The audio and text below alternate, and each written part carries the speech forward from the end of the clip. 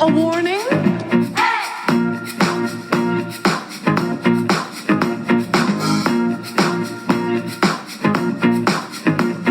There ain't nothing to worry about.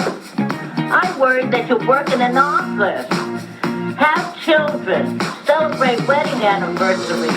The world of heterosexual is a sick and boring life.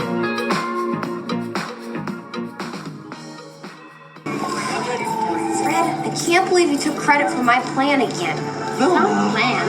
The ghost pawed me for an hour and a half. Daph, look, it's not our fault you always get kidnapped. I do not always get kidnapped. Can't believe you'd say that to me. Oh, please. You come with your own ransom note. Hey, my glasses! Who's helpless now? I'm going to kill you, Daphne! Whoa! What's the ascot? Hey, you guys, look. I know I'm just the dude that carries the bags, but it seems to me we all play an important part in this group. I mean, we're just like a big, delicious banana split. Fred, you're the big banana. Daphne, you're the pastrami and bubblegum flavored ice cream, and Velma, you're the sweet and sour mustard sauce that goes on top. That sounds pretty good, doesn't it, Scoop? You know what, Shaggy? You really put it in perspective for me. Thanks. I quit. No. No way! You can't quit. I was gonna quit in like 2 seconds. And now everyone is gonna totally think that I copied off the smart girl. Now, wait a minute. Maybe I quit. I do? Yeah, I quit. I'm out of here. Good riddance. Don't go. Come on, you guys, don't do this. Please don't go. Do I quit? No, Scoob. Friends don't quit. Well, looks like it's just you and me for a while, buddy, old pal. Right now, Raggy. I guess we'll all just do what we do best, Scoob. Welcome back to the show, listeners. Zoinks, Pete. Ruh-roh. Oh, that was good. All right, that's enough of that. Welcome back to the show. Welcome back, listeners. This movie, oh my goodness, this movie's too much. I don't particularly love this movie, but I love Scooby Doo, though. Oh, yeah, absolutely. So this is going to be a fun episode to talk about. I had a revelation about this movie as we're watching it. We'll talk about that shortly. But listeners, hope you're ready. My name's Pete. And I'm Scott, and these are the movies that made us gay. Another episode with just us. Mm-hmm. I think it's about the time on the podcast that we got to a Scooby Doo episode. Yes, for sure. So we're going to be talking about the movie from 2002 and also just Scooby Doo in general. Yeah, absolutely. Yeah. I'm ready to talk regular Scooby Doo. In all its incarnations, there are some that I love more than others. There are some that are really, really great. There are some that I'll skip. Yeah. We're going to talk about that tonight. So, but first up, the movie itself, Scooby Doo. Directed by Raja Gosnell, written by James Gunn, based on characters created by Joe Ruby and Ken Spears, released June 14th, 2002. Scooby-Doo was a big commercial success in the summer of 2002, grossing $275 million on an $84 million budget. Holy Both cow. Scooby-Doo and its sequel in 2004, Monster Unleashed, have gone on to being millennial cult classics. That is the truth. I mean, the thing about the Scooby-Doo movies is that when you're sitting down and watching them and you're like, oh, man, You try to this is a lot. you kind of get a little more critical of James Gunn's screenplay. But yeah. when you're scrolling through your Instagram or your TikTok or what have you, and you see a good Scooby-Doo meme, they're funny. Yeah. Right, they're funny. And it was just a couple of days ago where I saw one of the classics. I think it's kind of a newer one, featuring quote unquote Velma's friend, her unnamed metalhead little boyfriend. Which one? in Oh, this movie. sure. Oh, from this movie, yeah. From this movie, yeah. He's pretty cute, too. No, he's very cute. And I mean, that's the whole with meme. with that Led Zeppelin shirt. Would have busted open my Velmussy and showed him my jinkies the first night of Spooky Island. I love when it's the meme of Velma, Linda Cardellini, and Yes. Monsters Unleashed of when she's all sexy.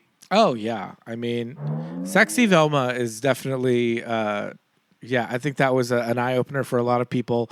But it also says on Velma's friend, random fit man I'd risk it all for today is him.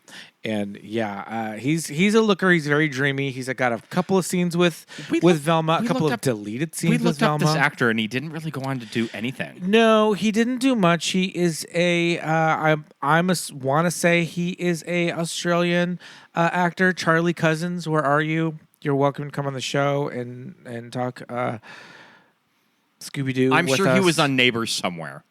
He was not. Interesting. He's in the Dr. Blake Mysteries and City Homicide. Yeah, let's see. I don't see Neighbors in here, but yeah, he a lot of the stuff that he's on is Australian stuff. I don't have any age information on this guy, but you know, judging from the era that this movie was made, it's probably a little long in the tooth by now. Around my age, but at any rate, this movie has spawned lots of memes, lots of fun stuff online. It's iconic, but it is when you actually sit down and watch it completely sober, you're like, wow, I can this is understand the millennial attachment to this movie, though. crazy. Yeah, when you're a kid and you watch this stuff, it's your movie, it's your jam. This came Your out when life. I was in high school. Yeah, I did see this in the theater. I saw and you this. are an elder millennial. I'm an elder millennial. I saw this at the drive-in Love in it. summer of 2002. We're going to go back to the summer of 2002 movie season in a bit. Sure. Big time at the movies, summer of 2002. Okay. But I saw this at the Lewistown Judith Theater drive-in. It was double billed with Dana Carvey's Master in Disguise. Oh my god! And I left Master before of Disguise. Masters of Disguise started. So you're not turtly enough for the Turtle Club? Oh no! You left before Master of Disguise. Wow. I remember friends of mine that stayed. Oh boy. And we had a class trip. We had a big band trip to Orlando later in the summer. Oh. And they were just talking about how fucking terrible Master of Disguise was. I do remember that, though. But yeah, I saw Scooby in the theater. Wow. Yeah, I saw it in the theater as well. I remember being excited for it. My sister Amy and I took our younger brother Brian to the movies to watch it, and you know, controversially, this movie's ending with a lot of younger kids. I would say the target audience for this at the time is little kids, right? Like little kids. Even though Scooby Doo as a property had been around since the late 60s, it's now the 2000s, but it's always been in reruns. We all watched it as kids in reruns and whatever different versions that were on. This is aimed at children. And I think the ending of this movie kind of got to a lot of the younger crowd, the younger millennials that watched this. The whole thing with like the body snatching things with the Well, monsters, like sucking the souls out of people. That, but the fact that it was Scrappy Doo. Oh. I know my younger brother Brian was just like, I can't believe Scrappy Doo is a villain. Sure. He was little. He was like 8. I was trying to think of what is my journey with Scrappy Doo as a character. Yeah. And I think that if you would have asked 7-year-old me in the early 90s, I would probably say I fucking love Scrappy Doo unironically. Oh, no, I never liked Scrappy Doo. Straight to jail. Straight to jail. I hated him. Yeah, he was annoying. Yeah. He was. Well, I remember the Scrappy Doo episodes being rerun a lot. When I was a they kid, would. too. Yeah. Probably because they were fairly new within 10 years, Newer, probably. yeah. I want Newer. to say they started around the 7, late, I don't know. Who knows? The timeline's crazy. Timeline's crazy with Scooby Doo. So, okay, let's back up this conversation. Yeah. Before we talk more about the movie, what's just our relationship with Scooby Doo? Sure. Because I used to watch the shit out of Scooby Doo in the morning before school. Yeah. I think that Scooby Doo was probably my go-to cartoon show to watch early in the morning before I went to school. Okay. Mm-hmm. Yeah. I also love, my older sister and I loved Scooby Doo as kids. I had a Scooby Doo plush that he had his little collar and everything, little spots on them. I loved it. I love Scooby Doo. I love, like I said, there's a lot of iterations. Which ones do you remember? So we watching when you were a definitely Scooby Doo, Where Are You, which is the earliest version. The classics. Yeah, and the sacred texts. The of sacred Scooby-Doo. texts. Yeah, and those were the earliest seasons with the big house and the Scooby Dooby Doo, the iconic theme song. Right. Great, so groovy. Loved every episode would have the little breakdown where they're running back and forth through doors in the hallway and the little songs playing. Loved all that. We love a cartoon with a laugh track too. Love a It's campy so stupid. 60s or 70s cartoon with a laugh track. Thought Shaggy was hilarious. Casey Kasem was a kind of pop culture staple in the early 80s. I mean, going into the 90s, I remember the Casey Kasem countdown. Yeah, the He top did 40. The top 40. Every week. Every week. He did the weekly top 40. I mean, he was doing that up until the early 2000s. Yes, and this is syndicated. So Yep. you're listening in Montana, where you're listening in Los Angeles. It's the same show. He records it on whatever day. It gets sent out to every radio station and just played on I the can't weekends. remember if Casey Kasem was on Saturday or Sunday. I want to say Sunday. It was on a Yeah. weekend morning. It was never on during like the ride to school. But he was kind of ubiquitous. He did the radio. He did a lot of announcer stuff. He did. Was he on Kiss in LA? Well, that's where they played the Yeah.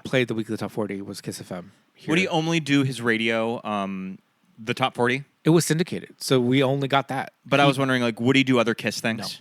No. Okay. I don't think he officially worked for Kiss. I think they just Sure. picked up the show. It was just a national show that all the markets. But yeah, one of aired. those voices from our childhood. Yeah, married to Gene Gene Kasem. Kasem, who we love from Ghostbusters. Who does Ruth say looks like Gene Kasem? Ivy Yeah, Winters. that's it. That's funny. Ivy Winters is giving Gene Kasem, but they also said she's giving blonde Janice Dickinson. I don't know. But I get that.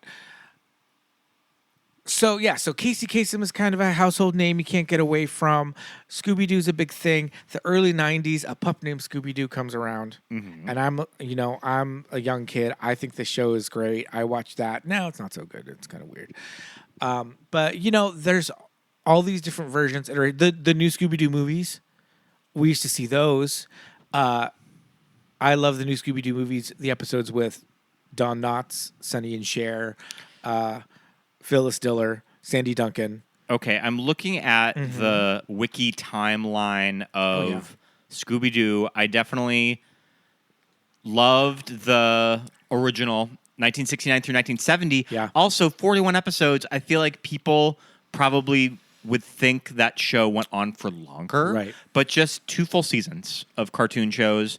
It was, I don't know if it was canceled, if just kind of the production company that was doing it was only contracted to 2 seasons, but they would just rerun these episodes, and I think they just became staples of kid TV of the 1970s. Right. So the new Scooby-Doo movies, classics, Scooby-Doo meets every iconic 60s and 70s celebrity from Cher, Phyllis Diller. Did the Three Stooges do one? They sure did. Okay. Batman and Robin. Batman, Robin. Yeah. Mhm. I love the Sandy Duncan episode. Yeah. The Scooby-Doo show, I remember. The Scooby-Doo and Scrappy show, which I definitely would have watched. I used to love the 13 Ghosts of Scooby-Doo. Yes. And what was kind of interesting about the pairing of Scooby-Doo is that some of these seasons wouldn't have the full cast. Sometimes they would just have Velma. The 13 Ghosts of Scooby-Doo, I believe that Daphne was the main kind of pal that would only be in the 13 Ghosts of Scooby-Doo. I remember they would sometimes change up what they wore, and Daphne wore the iconic pink jumpsuit that you see Sarah wear at the end of this movie. And Purple? I think Is it like that's a kind of lavender? a little nod to the 13 Ghosts of Scooby-Doo. Okay. I love A Pup Named Scooby-Doo. Yeah. And then after that, I kind of fell off. It's like After anything that, in the there's 2000s. There's a lot of movies. There's a lot of straight to video, straight to DVD movies. I know Scooby Doo on Zombie Island is kind of a classic. People have a really soft spot for. Supposed to Scooby-Doo be on Zombie kind Island. of scary too. Yeah, it's supposed to be one of the best of the direct to video movies. There is a Netflix series entitled is it not Monsters Unleashed? It's The one that they just released the photo of, like no, this no, month. no. I'm talking about an earlier one. I don't think it was produced for Netflix, but it was on Netflix There for was the one longest time. from HBO Max. I'm talking Mystery Incorporated. Okay, Scooby Doo sure. Mystery Incorporated was a really good show. That show was episodic, so it had a series-long arc, and so that was really fun. And that's kind of using the classic animation because they do kind of change up a lot of the visual art of Scooby-Doo with some of the newer stuff, which is interesting. I think what's really unique about Mystery Incorporated. Yeah, I think what's really unique about something like Scooby-Doo being from the late 60s is that there's always been just kind of kids have always known who Scooby-Doo is. Right. This has never felt like an old cartoon show that you would have to explain to somebody. Right. It's like kids know them some fucking Scooby-Doo. Yeah. It's kind of always been there in the cultural zeitgeist. Yes. I know Be Cool Scooby-Doo is another series that I really liked that was produced in 2014 for Cartoon Network, and people were very upset with that because they changed the models. Yeah. That's And what I was they- talking about. It's yeah. like the art. Right. Yeah. They looked a little more Family Guy-ish on Be Cool Scooby-Doo. I know people didn't really care for it. I think it's a really fun show. I think that was Kate Micucci's first entrance as Velma. We went on a Velma deep dive yesterday with all the different voices of her. But that's one of the main times that they kind of Pup Named Scooby-Doo and Be Cool are really the kind of only times that they veered from the main models of these characters. Mystery Inc. really brought it back to the original. The only thing that they did was give Velma a little bow in her hair. And they kind of... The one thing that I'm not on board with in Scooby-Doo Mystery Incorporated is they kind of made Shaggy and Velma kind of like, will they, won't they? Sure. And we know Everybody, with that. everybody knows the lesbians stand for Yes. Velma. For What's Velma- Velma's last Velma name? Dinkley. Velma Dinkley. Yes. And the gays claim Daphne And Shaggy. and Shaggy. We don't make the rule. Oh, if you do a search on Yeah. like Reddit or Google Images of just gay Shaggy and Fred fan art, Oh, yeah. you will get a lot of hits. Oh, yes. Yes. Shaggy and Freddie in the fan art world is crazy. It's NSFW, I have to tell you. Yeah, Scooby's very queer friendly.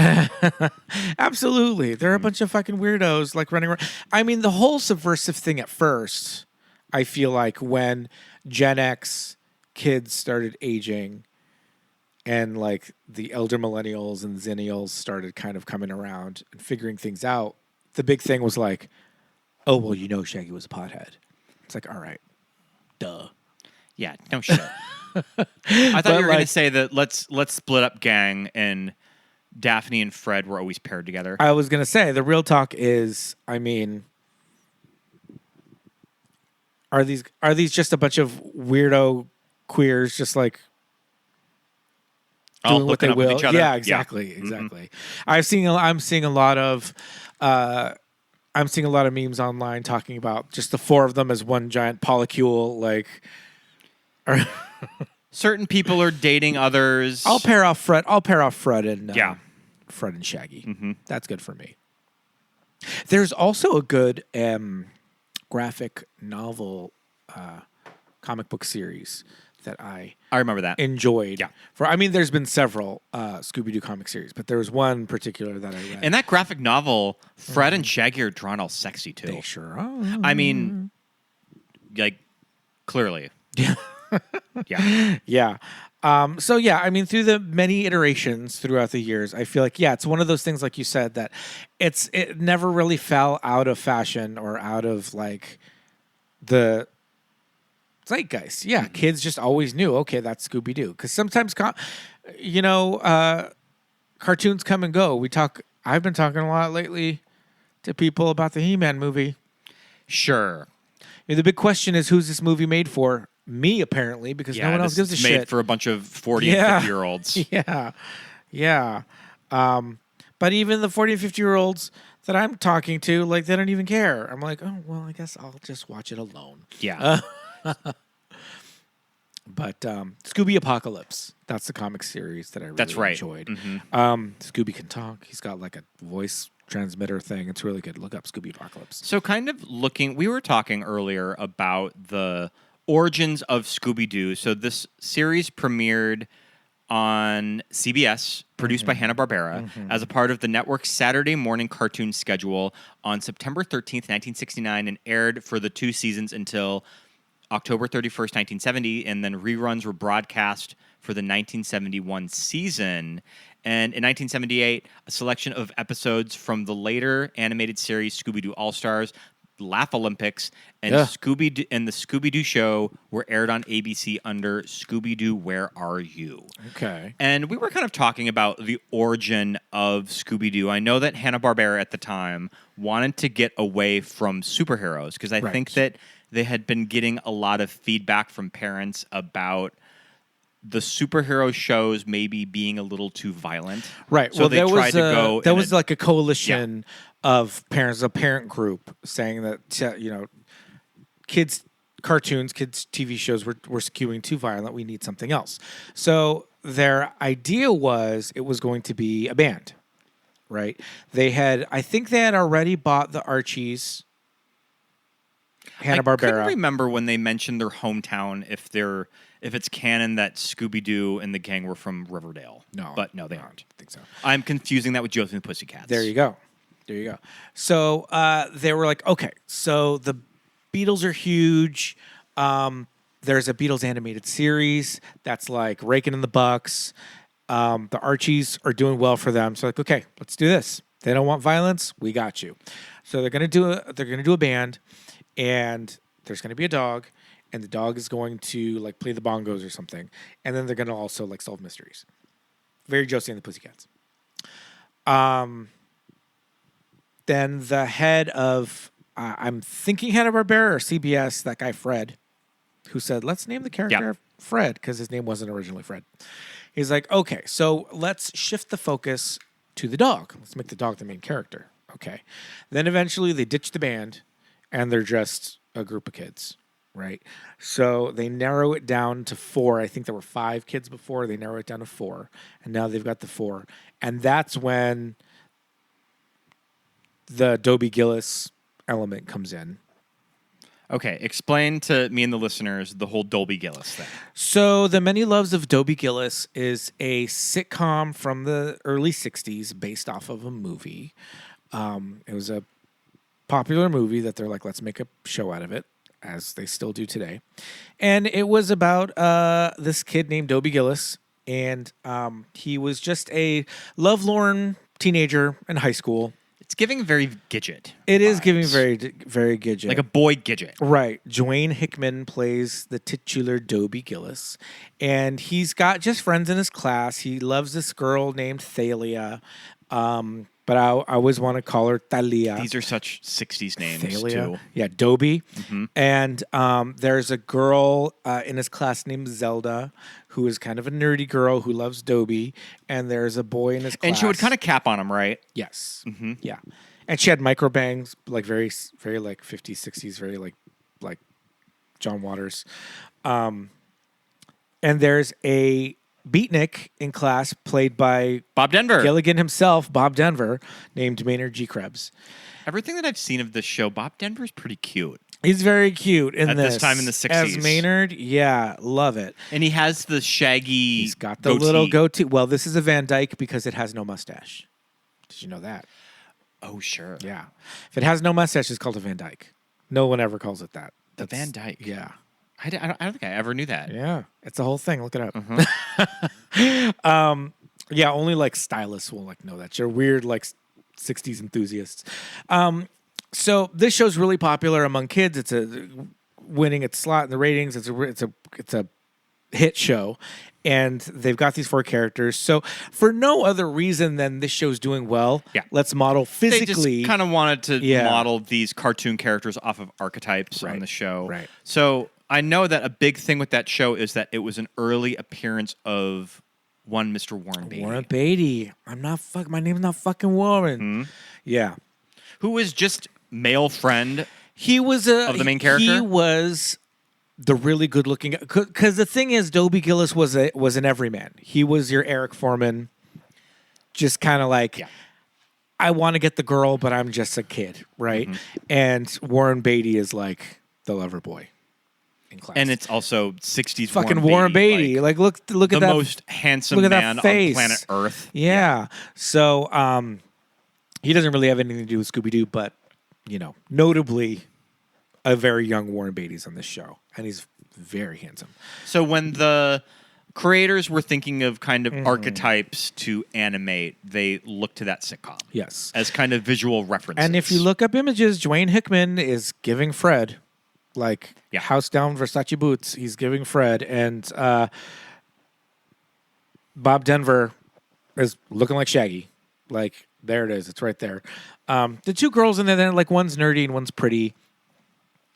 Yeah. They're both kind of blonde in the show, but they kind of make them a redhead and a brunette, kind of, give us some visualization. But that was kind of a basic kind of archetype, like you said, for the characters. So when people say like it's based off of, it's kind of visually, but not really the character types. Because Dobie Gillis as a character is not like Fred, right? Yeah.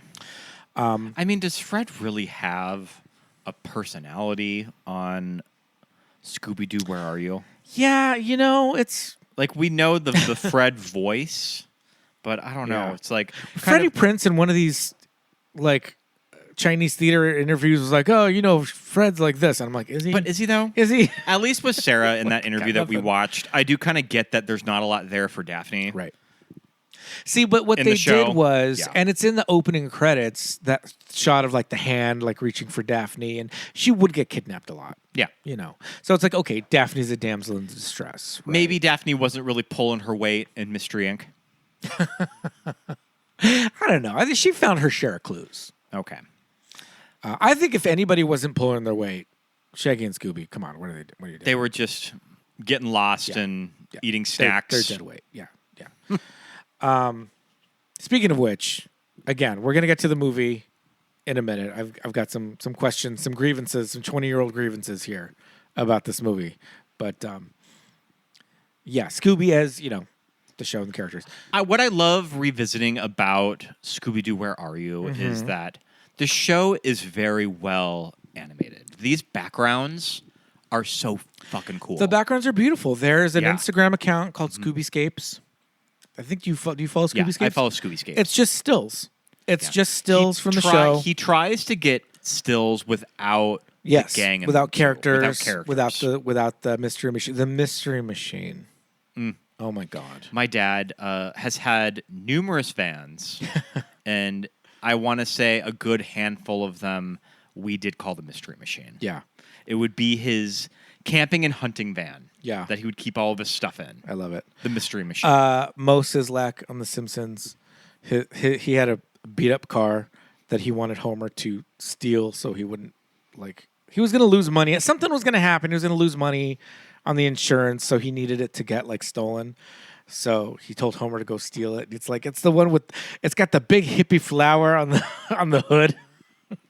I love hippie flowers decals on cars, and the mystery machine is iconic. Those colors, that aquamarine with lime green and orange, immediately flowers, recognizable. Oh my God, we have the Lego of it. So beautiful. Yeah, the We Lego had was the great. track. We had to throw our Scooby Doo set the haunted away house when we moved apartments. It was a sad day when Kinda I had blew to, up. when I had to put that. Yeah, And I want to say that the cats had like fucked it they up. had knocked it over. They had knocked it over. It was several- already in pieces. many times it had been knocked But yeah, over. that was a sad day. But we kept Yeah. all of the Scooby characters. Yeah, so we got the characters, we got the Mystery Machine, Mm-hmm. and it's beautiful, and they're beautiful, and we love it. And yeah, I mean, some of the classic monsters, the spook, the Martian spook. We watched the Martian spook Yeah. episode today. Yeah, the kook. I think It's they a call him the Yeah, kook. not spook. I sorry. love The the kook. tiki. Yeah, tiki Is it tiki toe. It's got a crazy name, and I'll think of it. Monotiki? Yeah. We always have to watch that episode when we go to Hawaii. But Monotiki Tia. I think it is. Monotikitia, yeah. Yeah. The big like robot at the fair or at the amusement park. Yeah. I mean, there's a classic episode where they go to an abandoned amusement park, and I saw a little bit of that in the movie. Right. But yeah. No, I mean it's just it's so much fun. The early stuff is really the best. But I do have to say, Be Cool was a lot of fun. Mystery Incorporated was a lot of fun. There's like a spooky girl rock band that like I know a lot of the kids these days love those chicks. What are they called? I have to look them up. Some of the kids at work were like talking about the band, and I was like, "Fuck yes, I love those episodes." There's a lot of really cool stuff. We're in a fight right now with Warner Brothers and HBO because it all used to be on Max. Warner Brothers and HBO rehauled a lot of their back catalog, and the family entertainment kind of suffered a major blow. Yeah. That they pretty much got rid of everything. Yeah. They got rid of Looney Tunes, any of the Hanna-Barbera stuff, Cartoon Network, it was all gone. Yeah. And luckily, Tubi was there to save the day. Yeah, there's And they have Looney Tunes and a lot of the Scooby stuff. Yeah. But a lot of the movies you're going to have to go and rent on your own. The Hex Girls, who I'm talking about. The Hex Girls are a popular fictional eco-goth rock band in the Scooby-Doo franchise, debuting in the 1999 animated film Scooby Doo and the Witch's Ghost. Okay, so they're like a girl rock band from the 90s. Yeah, and Velma really loves the Hex Girls. Are they giving a little L7? Giving a little L7. They're giving a little Luna Chicks. Like, yeah, they're giving a little the Misfits from Gem and the Holograms. Yeah. We are the Misfits. Our songs are better. Yeah, the Hex Girls rock. Yeah, so all these different versions are out there. We are in a weird wasteland right now where you have to either own them or buy them to watch. I mean, but, I dug out of our closet this DVD that I purchased over 20 years ago. This is probably a 23-year-old DVD that we watched today. Yeah. It is a cultural artifact that has been with me a good portion of my life. Yeah.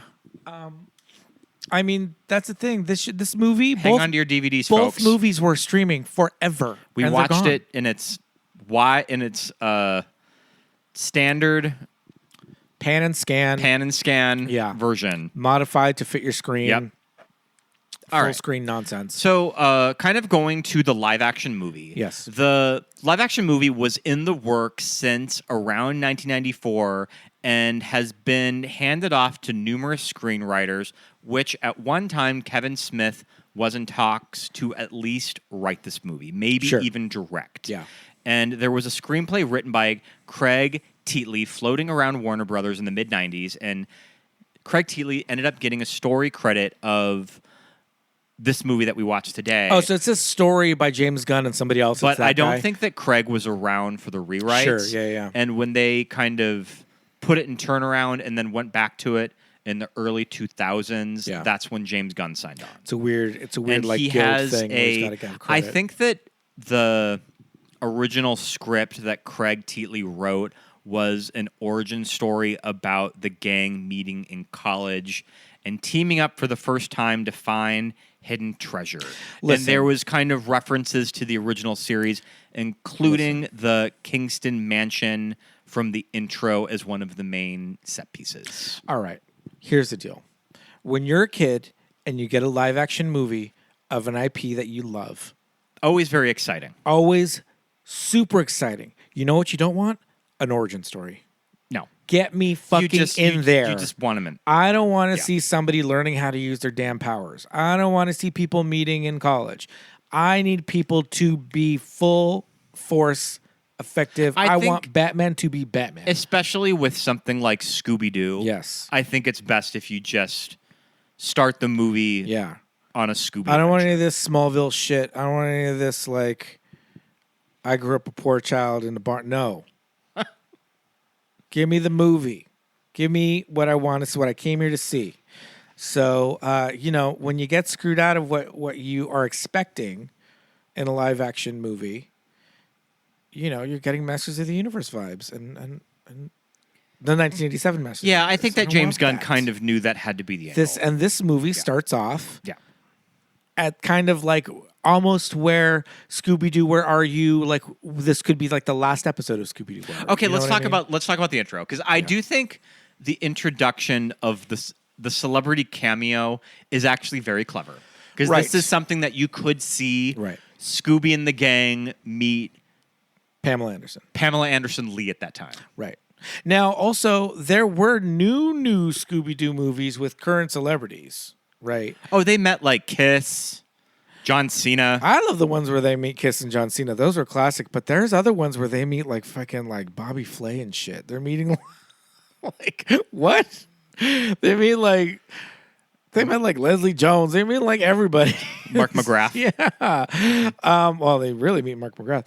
But at any rate, yeah, the Pamela Anderson Lee angle is great. I love it. But okay, first of all, I think winding it back a little bit. I mean, this movie. Do we just have the Flintstones movie to thank for this movie? I was thinking about the Flintstones. I was thinking about the Flintstones movie a lot as we were watching this. Mm-hmm. Yeah. I think it's maybe the David Newman score. I was going to say, not the least of which that was giving is because of the score. The Flintstones. It sounds exactly like it's just too much. It's too you orchestral. always know it's a David Newman score, not his brothers. I mean, I don't even know where Randy might be an uncle. I can't remember. Yeah, the Newman dynasty. Yeah. There's a lot of them. Yeah. But you can always tell it's David Newman by the piano. Mm-hmm. It's that's when I always know it's a David Finding Newman Nemo? score. No, that's Thomas Newman. Well, I mean, they're both kind of known for their piano medleys, tinkly, but there's something about underwatery. David Newman's arrangements that kind of I always know it's him. I found them very like horn heavy in this. It was a little too big orchestral. I think just the look of it, where it's subtlety is not a thing. Oh, you can tell that Warner Scooby Doo 2002. Warner spent a lot of money on this movie. When you look at these Right, sets, right, and the visuals, I have to say the sets are great. How did you feel about the 2002 visual effects? The 2002 visual effects are kind of wild, bananas, crazy. They're crazy. I mean, so I was also thinking this. Yeah. Prior to the 2000s. Yeah. With how are they going to do the this? advent of ILM, how do you make a movie like this? Do you just make Scooby an actual dog?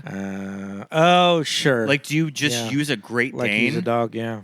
I don't know. Because you need it to look like Scooby Doo. Because it needs to be a live action cartoon. Right, yeah. And that's where maybe I can give a lot of the wonkiness of Scooby the animation a pass, because it is supposed to be a cartoon. Because the whole thing of him, another classic meme, Scooby at the airport. How'd they get Scooby through security? I mean, they commented on the movie. Daphne says it. Right. How did they get Scooby? This is really is this really a pre-9/11 world? Really lax. But that's the kind of shit that that's something that you would see. Something that was funny on the show. That's very Bugs Bunny. That's very Scooby Doo. And that's something that Shaggy and Scooby just becoming barbers and giving the monster a haircut. Okay, so we will sometimes go to bat for the Flintstones movie from 1994. And that's something that the Flintstones movie is really successful at, is how do we translate this silly sitcom, this animated sitcom, and make a live action version of it? Right. Like, how do we visually accomplish that? And I think the Flintstones is pretty fucking successful. of how they do all of They that. threw a lot of money at it. That's how they did it. But yeah, How they it's did kind it. of this weird cinematic achievement. Right. If it weren't for the terrible script, Right. that movie Oh would be my a God. masterpiece. Yeah. This movie has some script issues as well. Before we go too deep into that, we should talk about casting. Oh yeah. Okay. Because Let's this talk about casting. cast is pretty stellar. I mean, there are some real standouts in this. And yeah, what are your thoughts? I remember first looking up on the internet on Yahoo Movies when they released their first production photo and just being like, "Oh my God, that is the cartoon of when I'm looking at all of them." Yeah. And just being really excited. I grew up a massive Buffy the Vampire Slayer fan. Right. So I was pretty on board with both Sarah and Freddie being Daphne and Fred. Yeah. That I think it's casting that works. I think it's kind of fun to use a real life celebrity couple as those two. I think that was a production note. Yeah. I think they were like, Who do you think they got first? You need to find me. Well, okay, so I think that a production note was find me a real life couple for this movie. I don't care if they're married or just going out, but I would like Fred and Daphne to be a real life couple, right? I think Sarah is the obvious choice. Sarah's the obvious choice. And also, this was at a time where Freddie Prinze Jr. was getting leads in major studio movies, too. He sure was. Personally, for me, I think Freddie Prinze Jr. is too thin. I think Freddie Jones. I kind of think Freddie. I think Fred from Jones has that big chest. He's kind of a twunk. He's got that huge chest. He's kind of a himbo. And he's got like a big meathead. Yeah. You know? And so I think like Freddie Jones, the character, is it Jones? Needs to be kind of like a lovable jock. I'm thinking like a Kellen Lutz kind of body type. Just body sure. type, right? I think Freddie Prinze Jr., well, it worked. I think maybe he's a little too thin physically, but otherwise, good job. I think that maybe I'm being a little too critical of Freddie Prinze Jr.'s performance. Love Freddie Prinze Jr. He seems like a very sweet guy. Yeah. I think that maybe his vocals could use some work. I agree. Of the performance of Fred. Yeah. And I think, which is kind of funny because Freddie Prinze Jr. now is a very accomplished voiceover actor. Right. That I think that he could probably add something a little extra to the character now that he's had an entire career of voiceover work. Yeah. That he could really probably do that. Who does the really iconic Fred voice? It's Frank Welker. Frank Welker. Yeah. Yeah. Because whenever I think of Fred now, I think of Frank Welker. Yeah. I mean, he has been doing Fred's voice always in every kind of animated run except Scoob. Really. I think this is probably Sarah's most successful film of her career. I think it's probably grossed the most money. Dollars-wise? Wow. Dollars-wise. Yeah. Sarah, always kind of a very uneven film career that maybe it didn't quite work as well as she thought it would be when she left Buffy the following year. Yeah. I think she probably made this right before the production of the 7th season. Oh, that she probably made Scooby Doo and then went right into making the last season of Buffy. But I think she's really fun in this movie. Yeah. The thing is, like we're saying, Fred and Daphne. Fred's got an iconic voice. It's Frank Welker, though. It's like it just sounds like Frank Welker. Like it sounds like his Ray from the Real Ghostbusters. Like it's just his voice, you know? And Daphne as well. She's only had a handful of voice actors as well, but still, can you picture her voice in your head? Like when you think about it? You know who I can picture their voice in my head is Velma. Yes. And we go to the voiceover actress from Scooby Doo, Where Are You? So she's our favorite. You're a Nicole Jaffe fan. That's my Velma. Yes. Am I. You and I are both Nicole Jaffe, and I think up next is the next one, which is Pat Stevens, who's in the next season 3 of Scooby Doo, Where Are You? We like Pat Stevens. She's also good, but very different than the first 2 seasons. Yep. So different, right? And then I think coming in third, we gotta stand up for Mindy Cohn, Mindy does a really cute job Natalie Green from with Velma. Facts of Life. I think Mindy Cohn sounds more like the first Velma. Yeah. Like Nicole Jaffe. I think she sounds like season 1. I mean, Where are my glasses? I see that. You could almost sub in Natalie from the Facts of Life just as Velma. As Velma. Yeah. Slap on some glasses on her. My glasses. Yeah. I How do always, you feel about Linda Cardellini? I love Linda Cardellini. We love Linda Cardellini as an actress. She would have followed Freaking Geeks, I think, with getting Scooby Doo. I mean, we saw her at the Chinese theater with Jason Segel as her date. Jason just standing awkward, Yeah. like over 6 foot tall Jason this Segel huge Frankenstein. standing awkwardly Like, in the background yes, of go her stand over press there. interview. Yeah. Yeah. I think that Linda is doing some good work. The look is great. The big cowl neck, orange knit sweater. Do you kind of wish that they modified the look a little more when they got to the island? Well, she ended up in that low cut top. Everybody kind of has a different look when they get on the airplane. The first scene with Pam is their Scooby Doo "Where Are You" looks, Yeah. and then after that, they all kind of get little makeovers, except for Velma and Shaggy. I would have liked to have That's exactly the seen same. some variations of the styling of Velma. Yeah. Now, here's my thing. When this movie first comes out, to me, I'm sitting there going, that's not really Velma's hair. Velma has like a Dorothy Hamill, like, beetle wig. I mean, all of them have crazy wigs Situation. in this movie. At least Freddie gets to have his own hair. Yeah.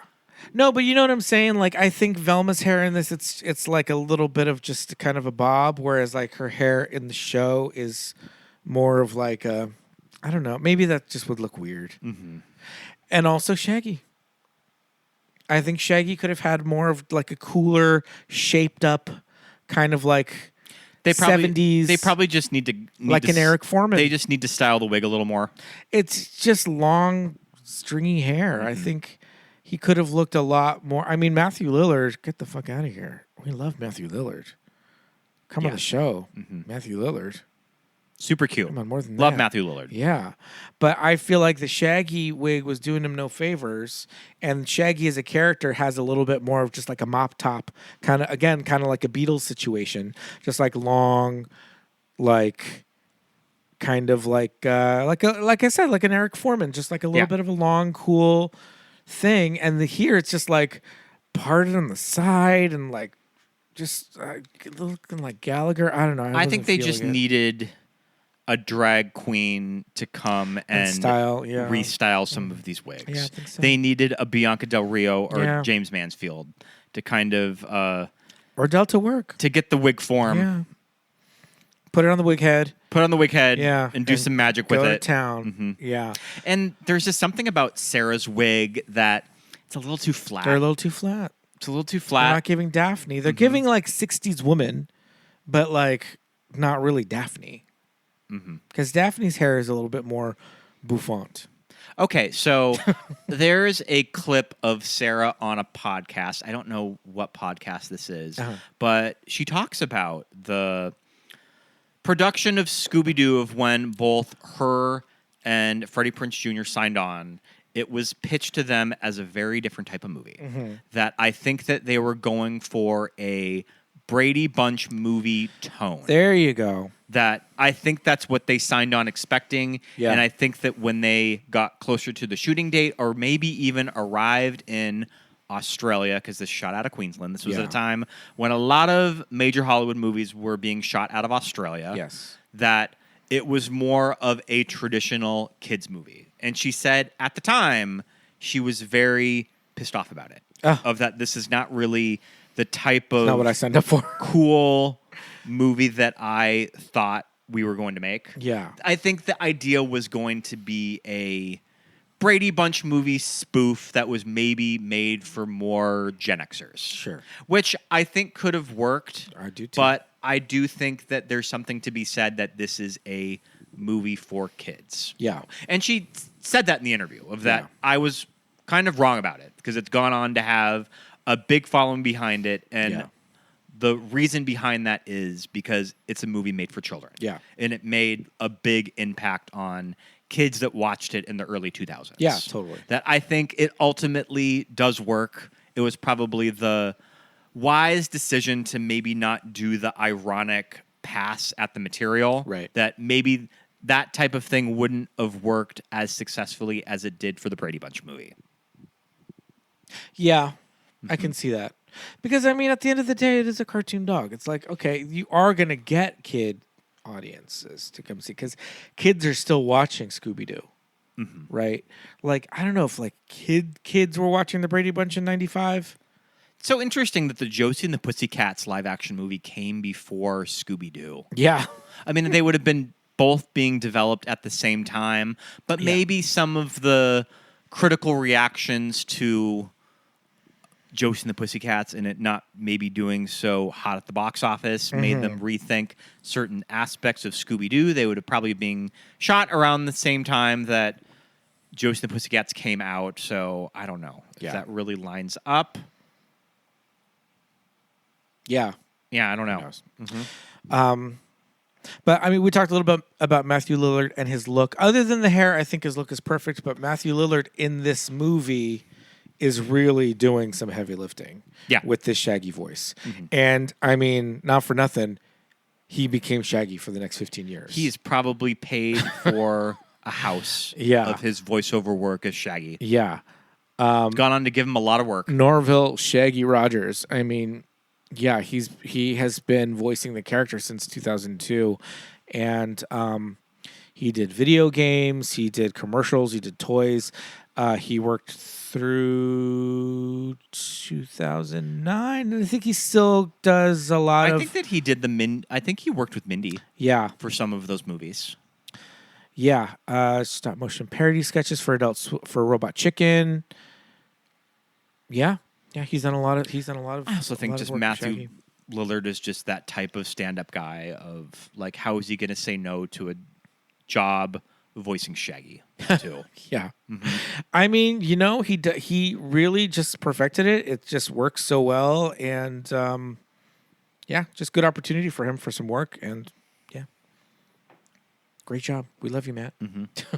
But, yeah, I do think ultimately it's a pretty solid cast. Yeah, no, for sure. Some of the other cast in this movie, Rowan Atkinson.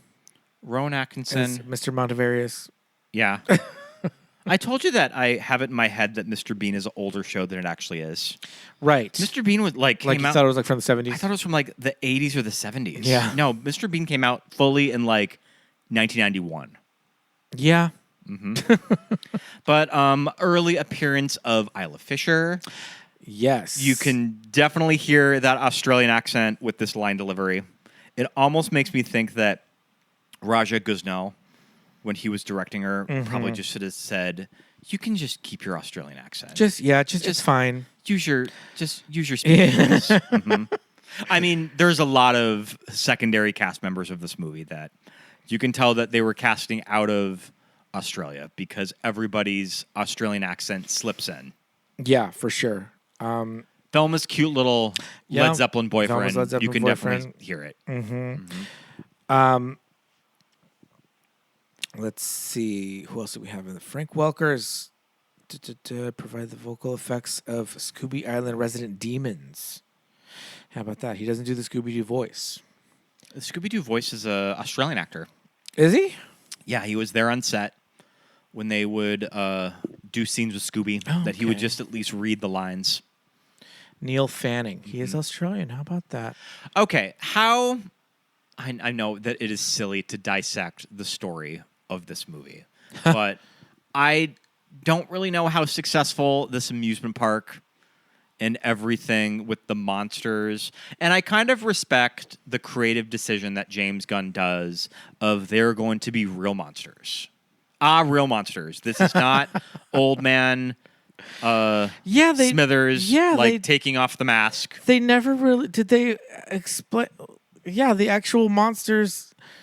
Listen, people's souls are getting sucked out of their bodies, but it's like called ectoplasm or something. Okay, so the story is that this is essentially a body snatching story of a bunch of spring breakers Sure. that are going to this mysterious amusement park that only caters to college kids. I find that fascinating. Right. There is not one child on this island. Maybe spring break for this amusement park is just taken over by the state colleges. Yeah, sure.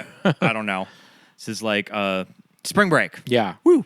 But, okay, so all of these monsters, because they can't be out in the daylight, and they have to suck the souls out of these college co-eds so they can walk among people. And create chaos. But they don't call them souls in this movie. It is protoplasm. Sure. Not ectoplasm. Naturally. Yeah. As it is. Of course it is. Yeah.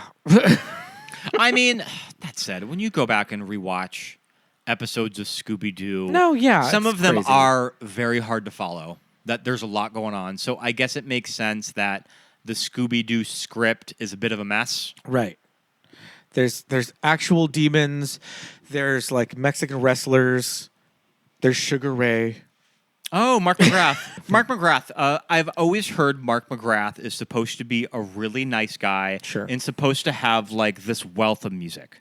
Like he knows a lot about pop music. Oh, sure. Yeah. Okay. I mean, that's why that you see him interviewed a lot on VH1's Oh, I sure. Love the Decades. Yeah. Is that he's just sort of this wealth of pop culture. Okay. That he knows a lot about bands and a lot about music. All right. Often gets mistaken for Ethan Hawke. They both say that. I can see that. Of when they go out, they both get mistaken for each other.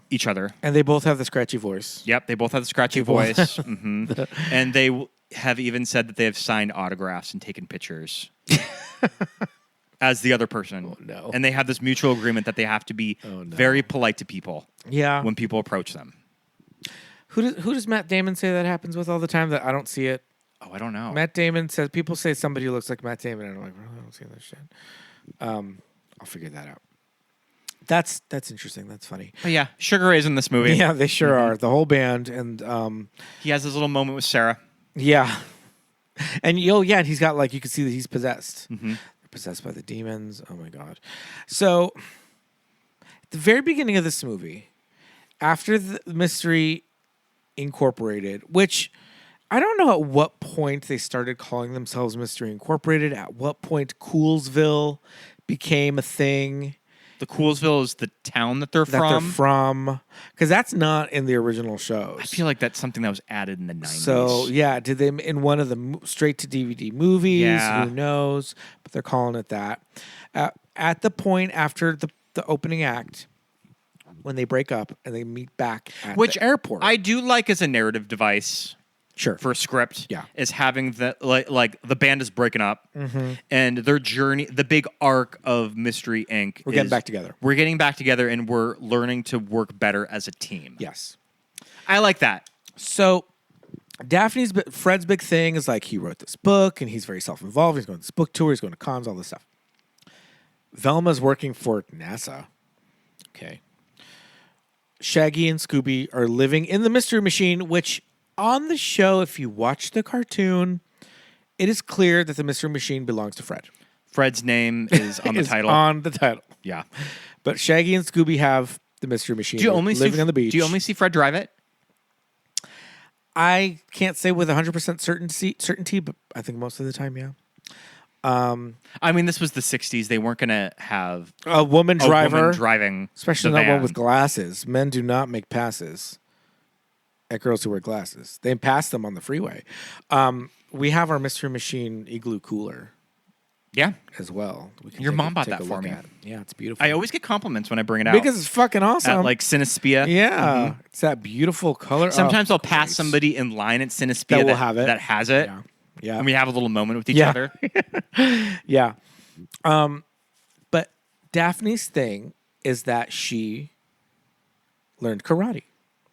And we saw in the deleted scenes that they shot stuff for all of their, like, they shot Fred going to cons and doing book signings. And it's kind of sad. And they shot Daphne going to, like, China, very like Kill Bill. I was thinking of Kill Bill. To learn karate. It's even shot kind of like something like Now, Enter the Dragon I too? couldn't tell if that lighting was on purpose to make it look like that, or if it was just because it was unfinished footage. Because Fred's kind of looked like that too. But now I got a little Kill Bill. But then here's the thing: as the movie went You on, were getting very impatient. With I this. was like, "When is she gonna do karate?" I would like to see. Well, you her have to do save some it. karate. You have to save it for the end. Gotta save it for the end. And then when she finally does karate, I was like, "Oh, this is Charlie's Angels." Yeah, they have her on the wire. It is Lucy Liu and Crispin Glover's fight at the top of the mountain at the end of the first Charlie's Angels. It is exactly that fight. And then Fred is like doing this thing with like a rope, like around his, like swinging it around it. It's got probably has a name. And Lucy Liu did that too in Charlie's Angels with the chain. Yeah. And I was like, oh, they're really going for that. Then I got that McG vibe, which that is another TV show. Mick G could have Oh my directed God. the shit out of a this Scooby-Doo movie. Yes. I would have loved to have seen that. That would have been something. And I think, do you think that did they give Raja Gosnell a stack of McG videos and Charlie's Angels? I think Raja Gosnell, make this? bless his heart, director of Never Been Kissed, he edited Home Alone. Yeah. Bless his heart, he strikes me as kind of a journeyman director. Sure. That's just kind of a studio director for hire. We need to be on budget with this movie, and it's not really going to have any interesting What did they say visual flair they made behind this it. lot of 80 million? It was 80 million. I mean, that's a lot of money. A lot of it went in visual effects. That's nothing to shake a stick at, but a lot of it went to visual effects. And I mean, they brought this in for under 100 million, even in 2002. Do you think that they tried to get somebody like McG? Yeah. And maybe he was just too busy with Charlie's Angels He at said, the time. He said, I'll give you Sugar Ray. Yeah. You can have Sugar Ray. You can have my buddy Mark. I'm in pre-production on Full Throttle right now, so make it work. But I think that they were kind of going for that. Mick G also I think they were would've- chasing Charlie's Angels. I think what's really fun about Charlie's Angels is that there's so many old sitcom references in Charlie's Angels, like like the Starsky and Hutch car, that I think that Mick G could have really had fun. Well, that was all him too. With the Hanna-Barbera stuff. That was all McG because he knows his shit, because he is a Gen X guy who grew up watching TV, right? And so he was like, I'm going to put in every fucking like little bit that I can in this. The TJ Hooker, the movie, all that bullshit, right? And that's something that I think that Charlie's Angels is right up there with Brady Bunch movie. Yeah. As a really successful parody comedy of a parody comedy that knows when to play it straight as an action movie too. That I think that something like that could have worked with Scooby Doo if you just kind of treaded that line. Yeah. And I think McG has a real good sense of. I mean, he's gone on to direct kids movies. I wasn't really pleased with one of them he did for Netflix, but it was like Kids at the End of the World Camp. I don't know. The Family Switch movie? No, something else. I think he directed that weird Family Switch movie. Sure, I'm sure too. he did. Yep. Yeah. But yeah, I was getting kind of a lot of those vibes. Like they were really kind of going for a very Charlie's Angels vibe, and some of the shots, especially with Velma or Daphne in the jumpsuit fighting the Mexican wrestler, I was like, oh, this is straight up Lucy Liu and Crispin Glover. Especially when you think of that early 2000s Mick G poppy color correction. Yeah. You didn't really see a lot of that in this movie. No. I mean, there's a lot of men's fashion in this movie that was very, it was very of the time. Yeah. Fred's board shorts fully below his knees. Oh my God. Yeah. Yeah. There was a lot of material in those board shorts. I liked Fred's shirt that he's wearing with like the little zip. Yeah, thing. it's a short sleeve. I like that. 3/4 or quarter length It's zipper. very like Fred bounding. If you're Yes. going to be doing Fred from Scooby Doo, but kind of do it in with regular clothes. Regular clothes. I like that. But the zipper pull had a little F in a circle, like very Austin Powers. Do you think that purple is Sarah's color? I don't really like her in purple. I don't know that the hair suits her, right? I think she's too tan maybe for that hair color. And I think that the purple suits the hair color. Is and Daphne Daphne's a redhead. Is a redhead? Do you Yeah. think that they should have gone more red? with the hair. Yeah, but I think Sarah's too tan for that red. I think that's as red as it could go with her. Sure. Because she's so tan. She would just look like Magda from fucking Something About Mary. They went any more red. Not Agna for Something About Mary. That's funny. Mm-hmm. I don't know. I think just with her coloring, I think that I don't know. Sarah Michelle Gellar is very difficult to kind of get a feel for what season is she? What season is she? Awards. Because I don't know when she goes too blonde, I don't like it. When it's too black, I don't. It's. Sure. Yeah, I don't know where does it work with her? Like a good in between brown with some chunky highlights. Mm-hmm. The Kelly Clarkson. I don't know. The Kelly Clarkson special. I remember around this time when she was nominated for a Golden Globe for the season 5 of Buffy that she got in the drama actress category for TV. And I remember she went to the Golden Globes in a giraffe print dress. And it actually really worked. It wasn't brown cow stunning? No, it was giraffe. Okay. Mm-hmm. Interesting. Yeah, I feel like you're right. The purples, I mean, she looks great. She's Sarah Michelle Gellar, obviously. She's like beautiful. But I'm just feeling like, I wanted it to be more red. I wanted it to be more bouffant. It's not quite... Okay, it's not quite cute. giraffe. It's more of kind of... Is it like a floral? It's almost like a crocodile skin. Oh, interesting. Yeah, it's like a lizardy, scaly situation. But yeah, she went with a print. Interesting. Mm-hmm. Interesting. Well, this was the days before stylists. Or did she have a style? I don't know. I mean, when was Rachel Zoe project? She may have had a stylist in 2001. Yeah. Mm-hmm. This was the early days of stylists. As far as the really iconic Flintstones movie, Brady Bunch movie, Scooby Doo movies, kind of like we're going to do a cosplay costume, I think they did some fun stuff. I like them changing up Linda's hair. Yes. Of when she turns into like possessed. It almost looked more Velma. Yeah. I almost think that she should have gone, what's this island called? I can't remember what it's called. The mysterious Spooky Island. Yeah. I think she should have showed up with that hair. Yes, I agree. Her big thing is that like I've had a makeover. Mm-hmm. It is called Spooky Island. Spooky Island. Yeah. Yeah, I agree. Because, when Fred shows up at the airport, now he's wearing clothes that suit Freddie Prinze Jr. He's wearing this cool jacket. He's got the short hair, like you said. It's his hair that they probably bleached the shit out of his hair. But he looks great, right? And like you said, it's very Fred bounding. It's kind of reminding me of, and we didn't really talk about it in like our little Scooby intro, is Universal Studios has some really fun face characters, really fun Scooby-Doo characters. It's always really exciting when you see them out. They're very wiggy.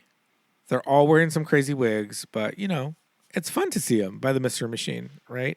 And we did not go because we're not Rockefellers, but there's that fan fest. Oh, because tickets for that are fully like $200 to go. That's what I'm saying. Yeah. That's what I'm saying. For a night event that you're only there for like 3 hours. But I guess the Scooby-Doo one this year was supposed to be like off the hook. But I also hear that like while yes, the experience itself is cool when you see it, that it's kind of a shit show. I hear there's really long lines. The queues. Yeah, I hear that the lines are crazy. I mean, they're trying to do the Halloween Horror Nights thing with the parks. But for just IP? But just for IP in the summertime. Yeah. Just so Universal can overcharge all of these tickets. Yeah. Do they just make all their money for the year on Halloween Horror and they're like, let's just do it twice? Yeah. Yeah. So we hear that was fun, but it was also cost-benefit analysis. Like, it's really expensive. The lines are really long and annoying, but the show itself is really cool. Kind of cute. I say go during the day and just see the Scooby Gang by the van and take some pictures with them, and you'll see some cute boys and funny. You can go have a meet and greet with Marilyn Monroe. I love it. Mm-hmm. Remember when we went on a cold day and she was wearing a coat? Yeah. She was wearing fully like the Wonder Boys coat. Yeah. Yeah. The little cashmere sweater. We've yet to see a Lucy. We haven't seen a Lucy. I don't think I've ever seen a Lucy. Lucy. Yeah. But we do love the fun Brooklyn. The Brooklyn neighbors. I especially love it if you have one in drag. Yes, that's the most fun. But anyway, yeah, the costuming in this movie, it's varying degrees of success, but for the most part, they're doing some fun stuff. So, final verdict on the jumpsuit though. Is it too juicy couture for you? I think it's a little too juicy couture. I would like it to try to match the 13 Ghosts of Scooby Doo because that's more of a traditional 80s April O'Neil jumpsuit. Sure. Yeah, I think they had some fun stuff with their looks. I think Fred was a lot more successful when he got to get a little dressed down. But yeah, Shaggy was just Shaggy, which I think is fine. Ooh, I like her hair in 13 I love Ghosts her of hair Scooby-Doo. in 13 Ghosts of Scooby-Doo. It's giving very Lonnie Anderson. Yes, it's got that big heavy bangs. Who's from the show of the waitresses? Oh, it's from It's a Living. It's Ann Jillian. Ann Jillian. It's very Ann Jillian, yes. A redheaded Ann Jillian. I love it. Yeah. Yeah, that big heavy. It's like a disco. It's like a little Michelle Pfeiffer and Scarface. Right? Is that what I'm thinking of? Yeah. Yeah. Elvira in Scarface. This is her. Yeah, this is very like a work jumpsuit. She's gonna go and direct the Barbie movie with this jumpsuit. But in the movie, she's wearing. It's got like bell sleeves. It's a little more like disco, right? It's got like bell sleeves. The bell sleeves are insane. Yeah. Yeah, but it's fun.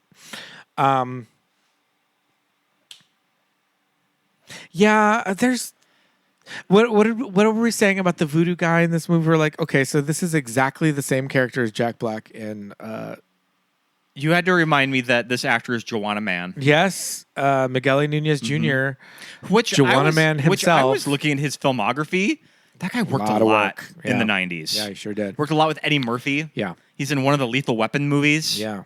He's done a lot of stuff. We just watched him in Friday the 13th. I want to say part 5, like new. That sounds about right. New beginning, Yeah. or something like that. New blood. It's the one that follows the Corey Feldman. It's the one where they live in the weird, like halfway house for teens. That they live in a group home. Mm-hmm. It was bad. He's in that, and he's in Return of the Living Dead. But his character, I was like, oh, this is Jack Black in I Still Know What You Did Last Summer. Totally. Like, it's the exact same character. Mm-hmm. Like, he's a fake voodoo guy. Like, what? That was weird. There's a guy who's in this movie. His character has a crazy name. He kind of like leads the like luchador. Is he the guy that looks like? He's bald. Does he have the chest tattoo? Yes. And he looks like the guy with the voodoo guy from Temple of Doom? Yeah. Okay. Yes. That actor is let's see. That actor, it's not here. He plays Ngu Tuana. And his henchman, famous luchador Zarcos. But Ngu Tuana, that actor, he is in The Wizard. That's right. Starring Fred Savage. We've gotten and Jenny requests Lewis. to do The Wizard We on sure the show. Did. We might Got have a request to do it from Robert. Mm-hmm. But he plays the announcer at the video game, like when they go to Universal Studios marathon, and they're Universal announcing Studios. Super Mario Brothers 3. Yes, The Wizard is so. That's such crazy. a wild movie. Crazy. I didn't really grow up on The Wizard. Yeah, That's something that you introduced me that's to. a shame. I love The Wizard. It's so bad. That's a line from The Wizard. But he plays this character in The Wizard, and he plays a character in this movie, and in both movies, just screaming at the top of his lungs the entire time. I'm like, man, this dude, this is his MO. Just like, we just need you to scream all of your dialogue. I was like, oh, why do I know that guy? Oh, he's from The Wizard. Yeah, this movie's kind of a mess. Maybe I've come around to it a little more than when I first saw this in high school. Because I think I did feel a little initially, I mean, I don't even know what my expectations were. Right. When I saw this when I was 16 years old. Yeah. Of like, I don't know. It's a Scooby Doo movie. I was maybe a little too old for it at the time. Sure. Even though I was really excited for it. Yeah. Okay, so here's some of my grievances with this movie. Okay, I've mentioned a few of them. We have been talking about a lot of them. Yeah, we haven't talked about. Okay, this is my big one that I had when I first saw it. There's a lot of CG in this movie. There's a lot of special effects in this movie. So we know that we can do things that these cartoon characters could do that humans can't do. At no point in this movie does Shaggy make a sandwich by getting the ingredients in two hands and shuffling them like a deck of cards.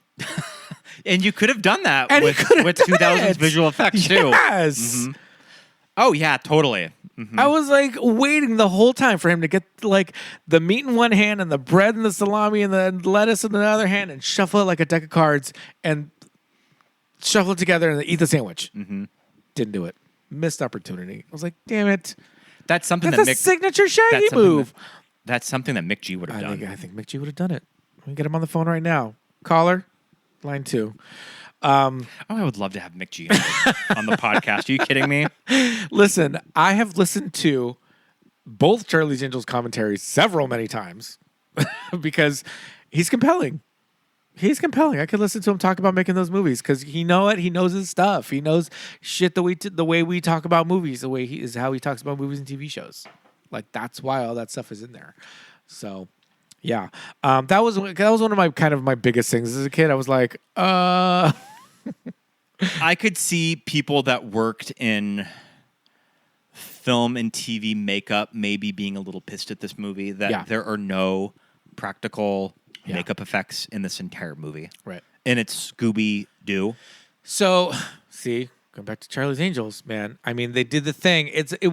They introduced it in Mission Impossible, right? Where they had the masks where they would pull it off. You mean crazy bitch? You mean crazy bitch. Yeah. They kind of did a little something like that with Rowan Atkinson at the end, but it was still super CG. Yeah. So, yeah, I think there could have been a lot more fun. Maybe they do it more in Monsters. I don't know. Because even the ghost at the very beginning of the movie, when we get a classic Scooby Doo, how'd you solve the mystery? The ghost, it's very Masked Singer. Yeah. It's like, take it out. Who are you? And then they like pull off the whole head like Masked Singer status. It's not like the Mission Impossible mask, like the show, which that would have been an opportunity to do something like that. I mean, it's very 2002 visual effects. Yeah. I mean, it really makes you take for granted how ahead Weta was around this time, that the stuff that they were doing on Lord of the Rings just looks so next level compared to all of this. I mean, is this making Jar Jar Binks look like Avatar times 20? I mean, kind of. Yeah. Yeah. Jar Jar Binks was wearing clothes. I think Jar Jar is a little more successful as a character that they would interact with, even though there are weird scenes in episode 1. Very weird where scenes. you can tell Natalie is just like looking at she's looking at a tennis ball as she's doing these scenes, and you can tell in the performance. Yes. Yeah. But Jar Jar Binks is wearing clothes. Yeah. Scooby Doo is not wearing clothes. Yeah, I think I'll take Scooby. The demons look crazy. It looks like unfinished special effects. They look like it looks unfinished. They look like animatics, and they don't. Our big thing, they don't have any weight to them. They don't look like they're really occupying the space. I mean, they really look like they're slapped over.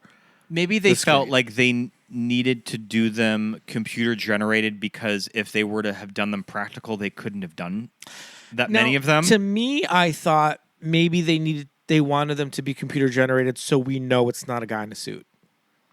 Sure. Because this is Scooby Doo, the monsters are a guy in a suit. Freddie's whole thing is monsters don't exist. The whole thing about Scooby Doo, at the end of the day, at the end of every episode, and Velma's big thing is there's no such thing. That's something that I think they could have stressed more in the script, too. Freddie said it a couple times, but, you know. I think of all of them, Yeah. Velma should have had be the really one. that revelation Yes. of this is Oh real. shit, these are really These are really monsters. That's no guy in a suit. That's a line right there. Just say it. You know what I mean? That telegraphs to the audience that this weird special effect looks that way for a purpose, right? I think to me that's what I got. We need to do something so the audience knows that this is not Old Man Carruthers. Yeah. Do you see a lot of James Gunn in the screenplay of kind of his work that he would go on to do? I guess. Does it feel a little screenwriter for hire? Because, I mean, that's at that time, like, Yeah, what that was James Gunn was. His gig, yeah. Yeah. But also, I mean, he was very, like, I don't know, how do you say, like, not alternative, indie. I mean, he came from that whole Troma Studios, like, edgy. Yeah. Edgy, right? And just kind of Scooby Doo was his big foot in the door with studios, too. I think so, yeah. Yeah. I think it was. Yeah. It's kind of like the one for them, one for me, and this is kind of Sure. maybe a little bit of both. Yeah. Because Yeah. he just grew up a big Scooby Doo fan. Yeah. And what more fun of an opportunity would be to write the live action Scooby Doo. Yes. Yeah, for sure. This script isn't that edgy, really. Yeah. But I mean, that's kind of where he came from as a screenwriter. There was something in the deleted scenes where Velma is riding one of the rides at Spooky Island with Velma's friend, Heavy Metal Guy. And she says something, and he asks her if she's always been a chick. Interesting. I don't know how to read that. Yeah. And we watched the deleted scenes with the Raja Gosnell commentary. And when he said that line, he said that was one of the edgier lines in our script. I was like, oh, Yeah. okay. I think that I've read something Which, that... I mean, good for Velma's friend that he was just like, hey, whatever. Yeah. You can tell me. I think that I read something with James Gunn recently that in one of his earlier scripts, it maybe alluded to more that Velma was a lesbian. And it just ended up not making it to the finished... Sure. Into what finished. Right. There is one made for VOD movie left on HBO Max. It is called... it is called Trick or Treat Scooby Doo. It's from 2022. And in this film, Velma does have a crush on a girl. Oh, is this the follow-up to Scoob? That No. allegedly HBO had scrapped all of? I don't think so. I think that just disappeared. This is an animated, just Okay, so cell this animated. wasn't a sequel to Scoob then. No, I don't because think you it's know the officially. whole big thing with Right, Scoob is right. I think the movie I think they made it. I Yeah. think they made it. Yeah, they made the maybe movie. it wasn't completely finished. Yeah. But they ended up pretty much scrapping all of it Sure. and writing it all off for tax reasons. Shady. Yeah, very shady. This movie features Frank Welker as Fred, Grey Delisle as Daphne. Love Grey Delisle. She is an iconic voiceover actress going back to Disney Afternoon, Gargoyles, all that stuff. She's amazing. As Daphne, Matthew Lillard as Shag, and Kate McCucci as Velma. And in this version, Velma very clearly Lesbian has coded. feelings. Yeah. Not even coded. She has vocal feelings for a female character in the movie, which I was like, you better work. So I talked a little bit about the 2002 movie season. We haven't done this Yes. game in a while, but we're going to do the tagline game. All right. Where I'm going to go through the top 10 movies, top grossing movies at the box office 2002. for 2002. Love it. And read off the tagline and see if you can See if I guess can what get it it. is. Okay. Yeah. All right. So number 10, All right. a brand new breed of secret agent. This is a secret agent movie, action. Brand new breed of secret agent. Is there a dog involved? No. Oh. Why is it a brand new breed of secret agent? It's not a Mission Impossible movie. No. Brand new breed of secret agent. 2002. It's not. This is kind of an early franchise Okay, so not Gold of Member. this actor, and this is something that I mean, grossed a lot of money, but people don't really talk about anymore. Is there another tagline for this movie? A brand new breed of secret agent from 2002. Let me see. Taglines. Let me get other ones here. If you want someone to save the world, make sure it's someone who likes the world as it is. That is a terrible What the hell tagline. does that So this mean? movie stars Vin Diesel. Triple X? Triple X. Oh. Yep. Okay. Love it. That's weird. Hold on. Let me bring up. A brand new breed Yep. of secret agent. And it's not a dog movie. So All right, next one. Small Town Kid, Big Time Right Hook. Small Town Kid, Big Time Right Hook. This is a 2002. This is a remake of a movie starring a big comedy star at this time, probably one of the highest grossing actors in Hollywood. He came from SNL, went on to have a huge movie career. This is one of the...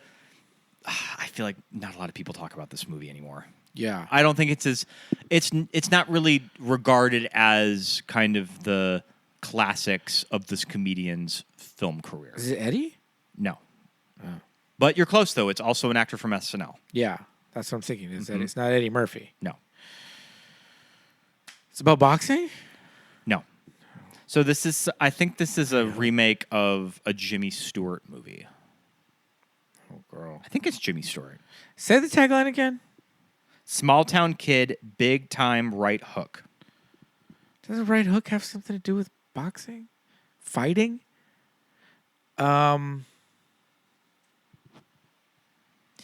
A big SNL actor. Is it Will Ferrell? He's teaching high society some small town values. Don't let the fancy clothes fool you. So this also his co-star, an actress that we love, she was going through a rough patch in the early 2000s that she was arrested for shoplifting. And this was kind of her big movie that she made around that time. Okay, so it's Winona Ryder and Adam Sandler? Do you remember the movie that Winona Ryder and Adam Sandler made together? No. I saw this also at the drive-in in summer of 2000. What's it called? This is Mr. Deeds. Mr. Deeds. And it is a Jimmy Stewart movie. Oh, man. I missed that one. All right, number 8. Okay. What would you do if you were accused of a murder you had not committed yet? Oh, jeez. Oh, this is The Minority Report. Yeah. A lot of people stand Minority Report as kind of being one of Spielberg's best. It's pretty cuckoo when you rewatch it. It's pretty cuckoo. Why is it all blue? Yeah. It gave us like Iron Man, Robert Downey Jr. The big, the big dry digital erase board with their screen. hands. Yeah. I did not see Minority Report in the theater. Oh, I did. Mm-hmm. Yeah, it's crazy. All right, so here's a few. Colin Farrell. 24-year-old Colin Farrell. I mean, Mama. He was on top of the world. I think that no, Britney Spears went to the premiere of The Recruit with him in 2002. Yeah. Love it. All right, so here's another here we one. go. There's one in every family. There's one I'll read you the other in one. every family. Unnecessary cuteness. This is a Disney movie. A Disney movie that millennials fucking love. What kind of cuteness? Unnecessary cuteness. Unnecessary cuteness. There's one in every They family. would put this main character in... The teaser was they would Is it crash... Lilo and Stitch? Lilo and Stitch. Lilo and Stitch. Stitch would crash all of these famous Disney scenes. Yeah. Yep. All right. Be afraid. Be kind of afraid. Here's the next one. Okay. Do happens June 14th. Do happens? Mm-hmm. Is it Scooby Doo? Scooby Doo. All Yeah. right. I love it. All right. Same planet, new scum. Same planet, new scum. Is this a sequel? It is a sequel. New scum. Mm-hmm.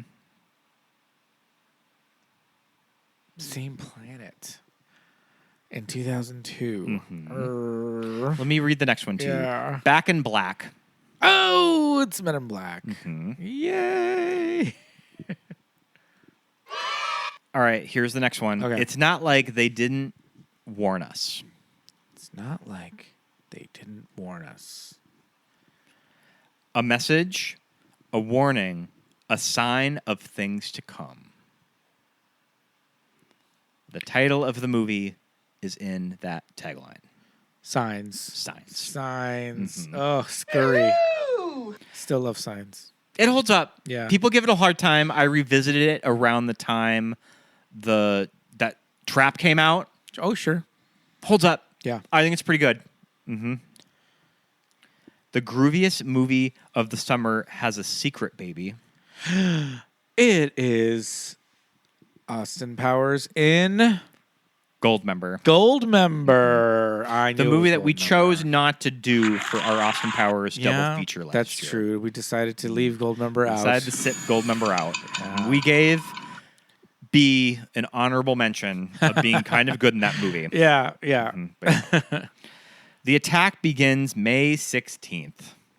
The Attack. Is it War of the Worlds? No. Ooh.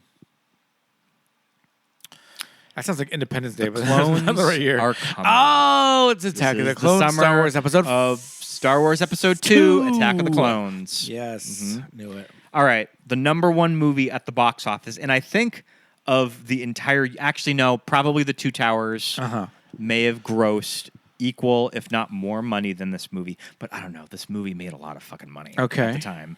A Curse, a Destiny. A Curse, a Destiny. And you're going to get the next one. And it's 2002. What movie came out summer of 2002 that everybody was so jazzed for? Aside from Attack of the Clones? It is a superhero movie. This was a huge deal. Spider-Man It's Spider-Man. 2. Spider-Man 1? Spider-Man 1. Spider-Man With 1. great power comes great responsibility. Oh, wow. I can still remember seeing Spider-Man in the theater and how excited everybody was at that movie. Yeah. No, that was a big It deal. was a moment. That was a big deal. Listen, you're shading Spider-Man brand new homeward bound incredible day. I don't know about what is this new one called? It's fucking called. They all had home in the title, and this one doesn't have it. A Brand New anymore. Day? It's just called Brand New Day. Brand new. It's like the Celine Dion Spider-Man movie. Listen, it's fine. I don't know what's gonna happen in it. I think you can Is kind Marvel of cooked? see. I think you can kind of see the passion is kind of drained out of poor Tom's eyes. That you can kind of tell that he wants to become a dad. this poor boy. I think he's just kind of over making these huge movies. he's like, I'm married. I have a He's wife. ready to be a stay-at-home She's dad. the most beautiful woman Yeah. in the world. I'm done. I got more money than God. Let me just buy a fucking house, and yeah. Well, I hope that Tom and Z live happily ever after, and this movie just Oh, people love him some Spider-Man. yeah, no, people love Spider-Man, and I think Tom Holland has a pretty decent reputation as person in Hollywood, and of course everybody loves Zendaya. She's going to continue working. Maybe he'll just work when he wants to. That he'll do a movie here and there, but Sure. probably not a lot. Yeah, I mean, has he got the Marvel curse? Is all his non-Marvel stuff just forgettable? I don't know. Kind of. Yeah. You love that one movie based on the video game Uncharted. that neither of us play. Yeah. I feel like Uncharted was early, studio's early kind of an experiment with AI. Ugh. Of AI writing a good portion of the boy. script. Who knows? Any last thoughts about Scooby Doo before we move on to the weekly rewind? I mean, this movie's a lot of fun. The sequel is crazy. But I think that if anything, this movie gave us more reason to love Matthew Lillard. I think Sarah's really fun in this movie. Sarah's very fun in this movie. And, Talked earlier about the David Newman score, but I think it's a very sweet David Newman score. Yeah. Kind of a little treasure hidden in this movie somewhere. Yeah. Is the score. Yeah, and just kind of any reason for kids to kind of learn about Scooby Doo and maybe give the originals a chance because they're there. And I think the original seasons are kind of the most readily available always. Yeah. It's always goes back to those two. It's hard to find everything else. So we but, were you know. noticing, well, I think that we noticed it when they hit streaming that there are episodes not on streaming that Yeah. are on our discs. When you have the discs, there's many more episodes on seasons 1 through 3 that are included on streaming. So even when it was on Max, there were, we have a new some. Scooby Doo coming out very soon. Scooby Doo Yes. Origins or something. Yeah, something like And, that. I mean, that's going to give us our origin story of Scooby. Yeah, it sure is. There was one that was for, I don't want to say Cartoon Network or something, that was a live action one Yeah. that was very cute. Oh yeah, that's the thing is that there has been other live action Scooby Doos. But this one is like, this one's got the heavy hitters. We got old faithful McKenna Grace. Yeah. We got our Judy Garland of fucking 2026. Like, Has this girl This- stepped foot in a classroom her whole childhood? this Because poor I think girl that I have been with her every step of the way Does she have since she was an education. 6 years old. The McKenna Grace young so-and-so, like, graph is crazy. Margot Robbie, Yeah. Karen Shipka. Yeah.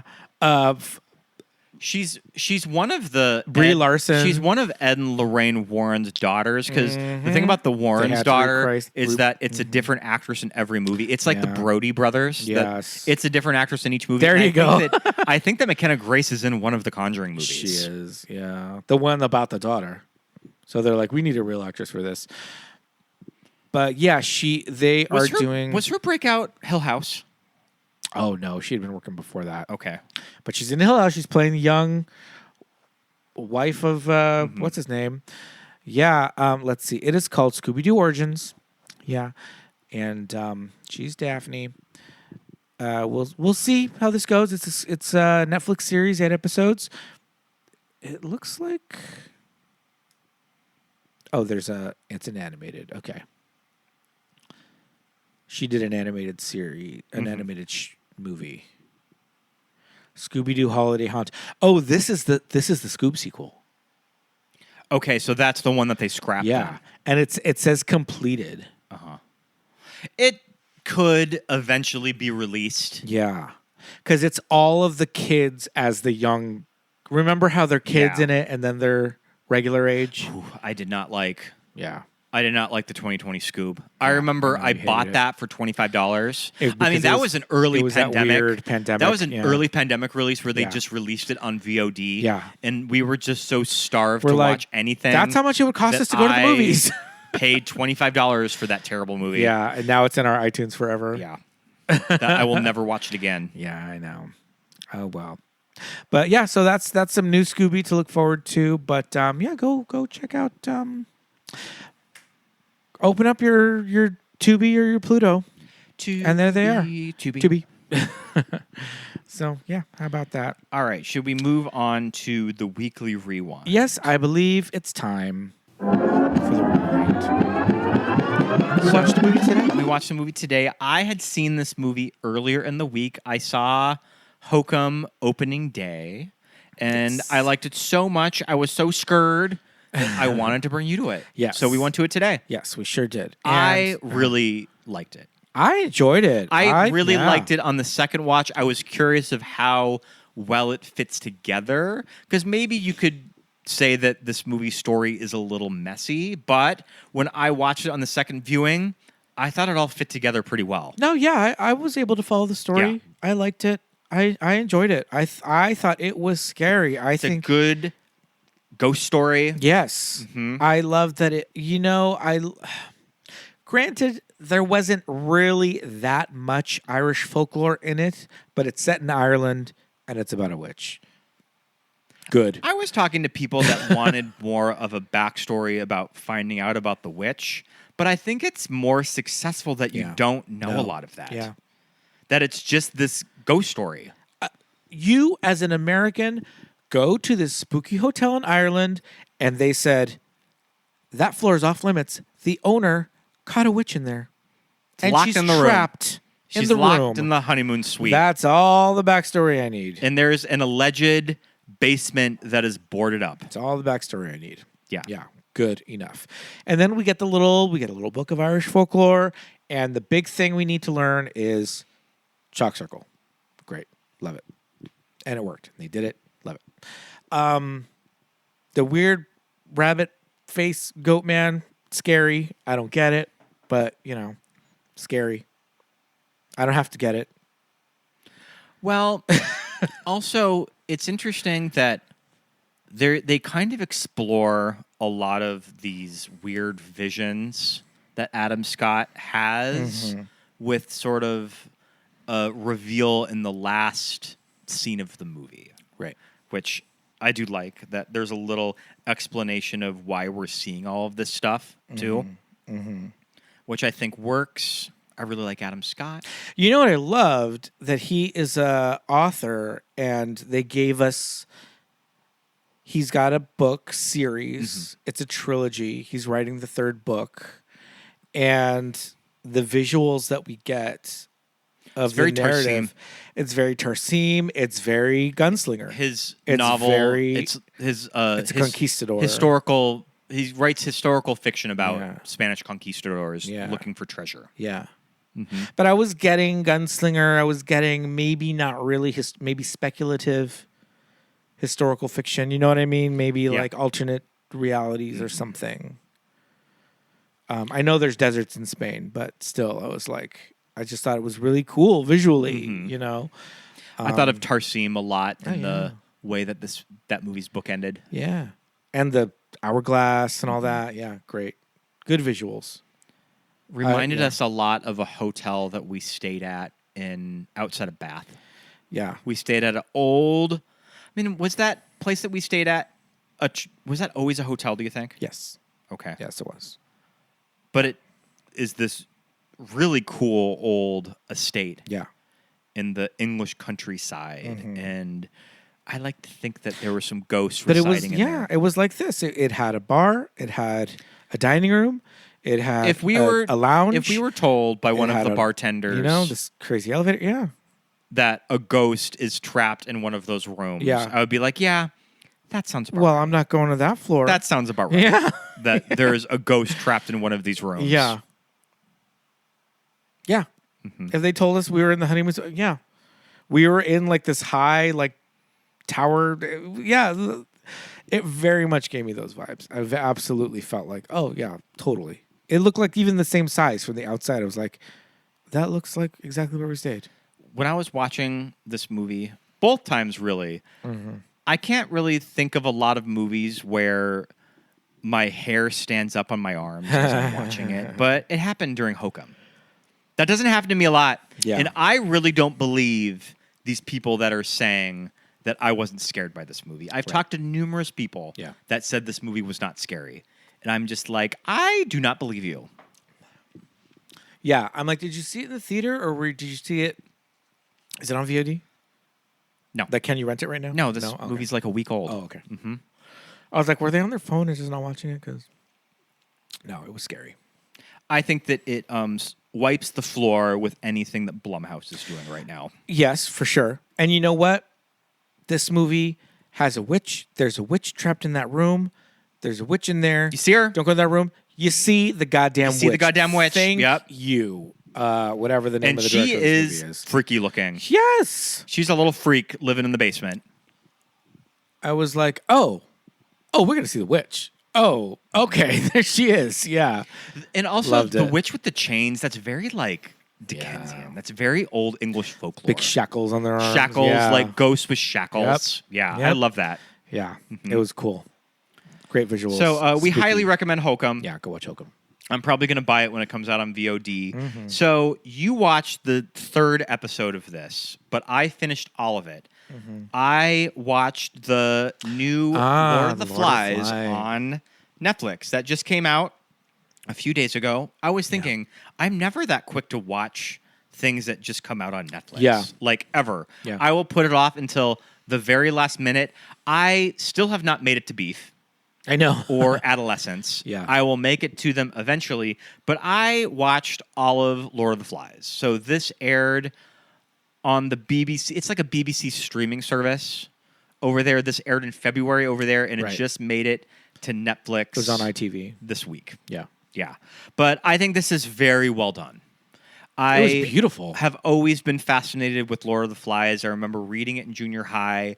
I remember the 1990 movie with Balthazar Getty, watching that when I was young and it kind of making a big impression on me. I think that I went into that movie pretty cold, like not having any idea what the story was about. Mm-hmm.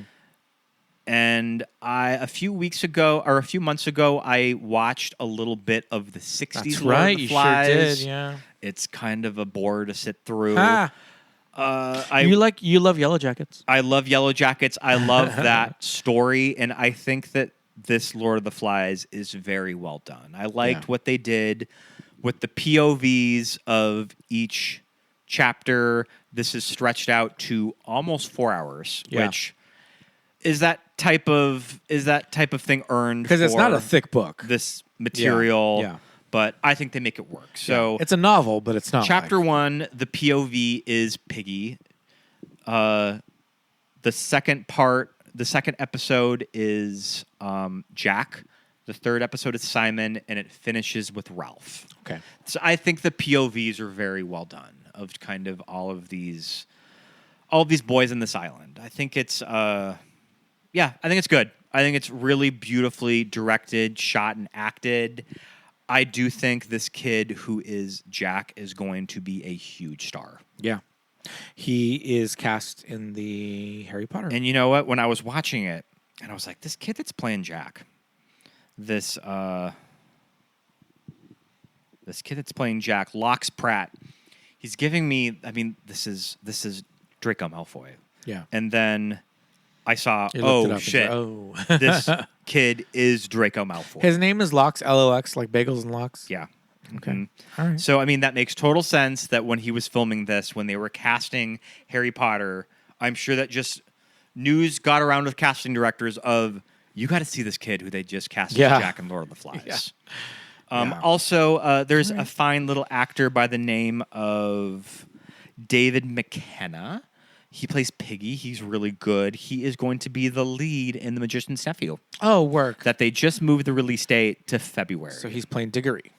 He's going to grow up to be the professor. Be the professor. I love but that. he's a fine young actor, so I can tell He was very good. he was very The episode good. that I watched. So you watched the Simon episode, which Yes. I do think it's the strongest one. Okay. It's when the show really peaks. Yeah.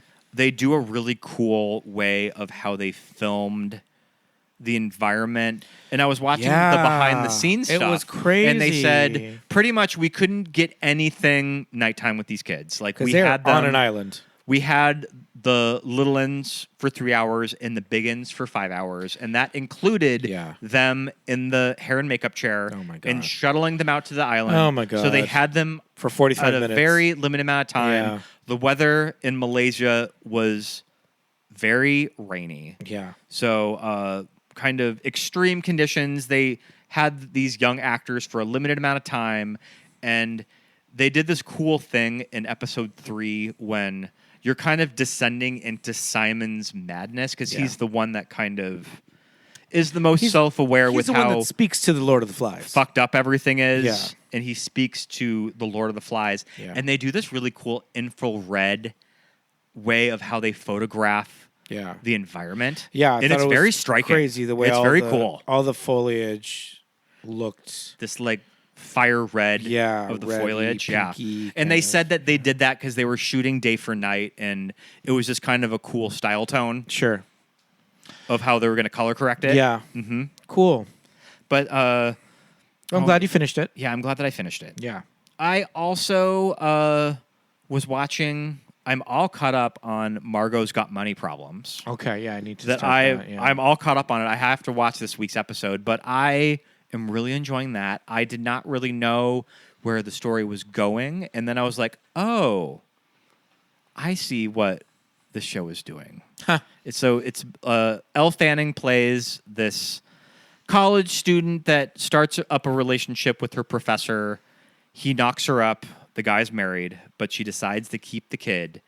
She has to drop out of school and raise this baby by herself, and she turns to OnlyFans to start to make a living. Yeah. And she creates this character on OnlyFans. Nice work if you can get it. It's kind of very cosplay, but she's also an English major, so she uses writing a lot of how she writes to all of these people that subscribe to her on OnlyFans. Okay. That she's a good writer. That's And the you- big thing on OnlyFans. They and want the interaction. They want the interaction. They want the chatting. They want the chatting. Like they could jerk off to the videos, but they also want the DMs. She wants to like... Which the DMs are bots. Come on.